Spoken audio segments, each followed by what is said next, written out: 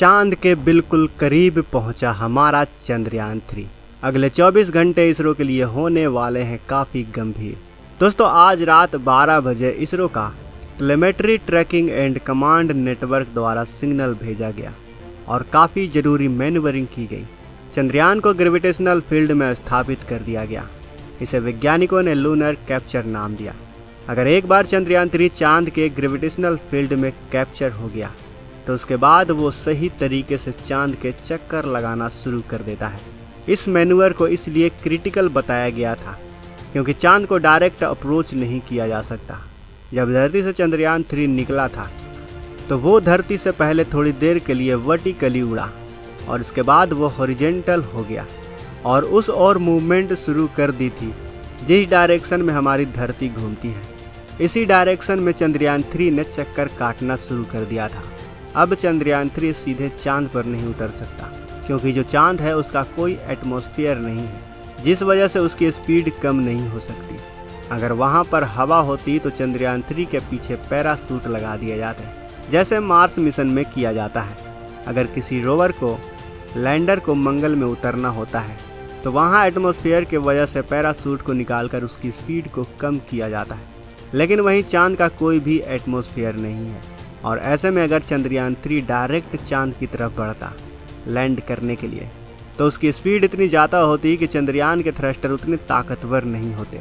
वो एक झटके में इसके स्पीड को कम करने में सक्षम नहीं होते और नतीजतन चंद्रयान 3 डायरेक्ट क्रैश हो जाता। इसलिए चंद्रयान 3 के लिए ये 24 घंटे काफ़ी कीमती हैं क्योंकि इसरो को इसे एक पर्टिकुलर डायरेक्शन में टाइट करना है ताकि वो चांद की ग्रेविटी फील्ड में घुसकर उसके गोल गोल चक्कर लगाने लग जाए।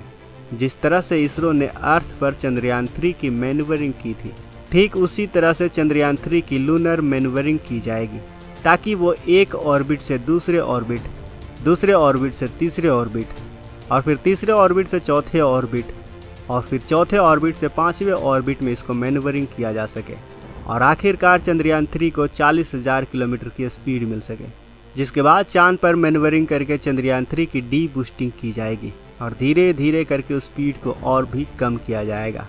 आपको बता दें कि किसी भी चीज़ को एक पर्टिकुलर डायरेक्शन में भेजने के लिए सबसे ज़रूरी चीज़ telemetry tracking and command network होती है। अब जब कोई भी इंटरप्लेनेटरी या फिर लूनर मिशन होता है तो वहाँ पर यान को मॉनिटर करने के लिए हमें और भी ज़्यादा ग्राउंड सेंटर की ज़रूरत होती है ताकि 24 घंटे हर घड़ी टेलीमेट्री ट्रैकिंग डाटा पर नज़र रखी जा सके।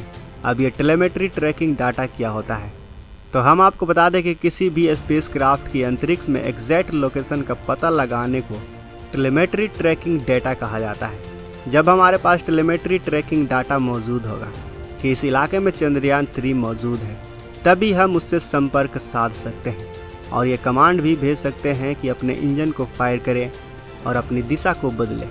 ये सब टेलीमेट्री ट्रैकिंग डेटा के वजह से ही मुमकिन होता है। ऐसे में भारत का बेंगलुरु एक परफेक्ट पॉइंट पर है जो हर घंटे चंद्रयान 3 से डायरेक्ट कांटेक्ट नहीं कर सकता, लेकिन फिर भी इसरो को 24 घंटे नज़र रखने के लिए अलग अलग जगह पर ग्राउंड नेटवर्क को विकसित करने की ज़रूरत पड़ी। इसरो इस वक्त चंद्रयान से न सिर्फ बेंगलुरु से ऑपरेट कर रहा है बल्कि लखनऊ में भी एक ग्राउंड स्टेशन बनाया गया है, एक मैरिशस में भी है, एक श्रीहरिकोटा में भी है, पोर्ट ब्लेयर में भी है, तिरुवनंतपुरम में भी है, इसके अलावा बुरनई और इंडोनेशिया के बियाक में भी है। भारत से अच्छे रिश्ते रखने वाले आइस्ट्रेक के साथ इस ऑपरेशन में ऑपरेट किया जा रहा है और उनके साथ इसरो अपने ऑब्जर्व फैसिलिटी को शेयर कर रहा है। इसके अलावा इसरो इंटरनेशनल कोऑपरेशन के तहत कई दूसरी प्रमुख स्पेस एजेंसियों के साथ भी मिलकर काम कर रहा है। यानी हम शॉर्ट में कहें तो इसरो का जो आइस्ट्रेक है यानी telemetry tracking and command network वो पूरी दुनिया में फैला हुआ है। चंद्रयान 3 हमारा पृथ्वी से किसी भी एंगल में हो जाए, जो हमारा चंद्रयान 3 है वो पृथ्वी से किसी भी एंगल में हो जाए, इसरो उससे कांटेक्ट साध ही लेगा।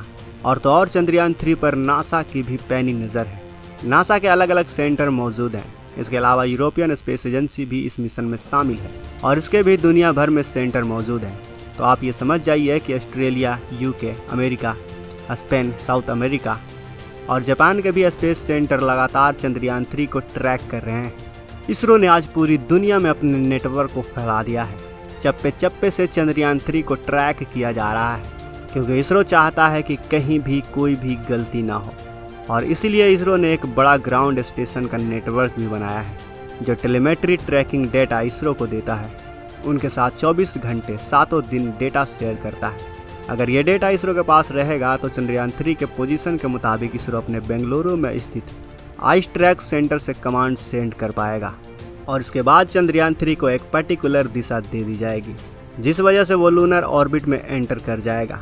लेकिन अगर चंद्रयान 3 की ट्रैजेक्टरी में हल्का सा भी बदलाव हुआ, यानी वो चांद की ग्रेविटेशनल फील्ड पर अपने सिलेक्ट किए गए एंगल से नहीं घुस पाया, और अगर उसने कुछ ज़्यादा ही दूरी अटेम्प्ट कर ली, तो वो चांद के ग्रेविटी फील्ड में कैप्चर नहीं हो पाएगा।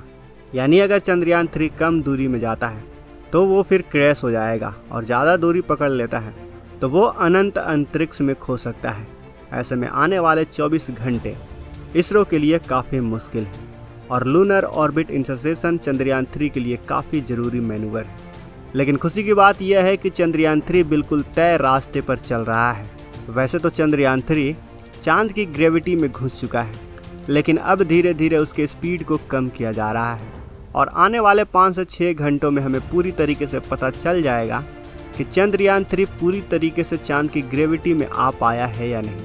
हमें उम्मीद है कि हमारे इसरो के वैज्ञानिक ये करने में कामयाब हो जाएंगे, क्योंकि वो पहले भी कर चुके हैं, चंद्रयान 1 में, चंद्रयान 2 में, और अब चंद्रयान 3 में भी। वैसे दोस्तों, चंद्रयान 3 के बारे में जानकर अगर आपको गर्व होता है तो इस वीडियो को लाइक करें और अपने दोस्तों के साथ शेयर ज़रूर करें।